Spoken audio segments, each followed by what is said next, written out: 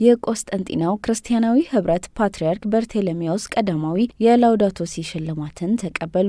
የፍራንሲስካውያን ገዳም ባዘጋጀው የሽልማት መድረክ የስነ መለኮት ምሁር የሆኑት የቆስጠንጢናው ፓትርያርክ ብፁዕ አቡነ በርቴሌሜዎስ የ2025 የላውዳቶ ሲ ሽልማትን መቀበላቸው ተገልጿል። ሮም ከተማ ውስጥ የሚገኘው አንቶናኒየም ጳጳሳዊ ዩኒቨርሲቲ ይህንን በዓመት አንዴ ለሁለት ሰዎችና ለሁለት ድርጅቶች የሚሰጠውን የላውዳቶ ሲ የክብር ሽልማት ስነ ስርዓት ያዘጋጀ ሲሆን የመጀመሪያውን ሽልማት የተቀበሉት የቆስጠንጢንያ ኦርቶዶክስ ቤተክርስቲያን ፓትርያርክ ብፁዕ ቅዱስ ፓትርያርክ በርተሎሜዎስ ቀዳማዊ ናቸው። ቅዱስነታቸው ለዚህ ሽልማት የበቁት በየዓመቱ መስከረም አንድ የሚከበረውን ለፍጥረት እንክብካቤ የዓለም የጸሎት ቀን ተቋም ውስጥ ባሳዩት ቁርጠኝነት እንደሆነ ተገልጿል።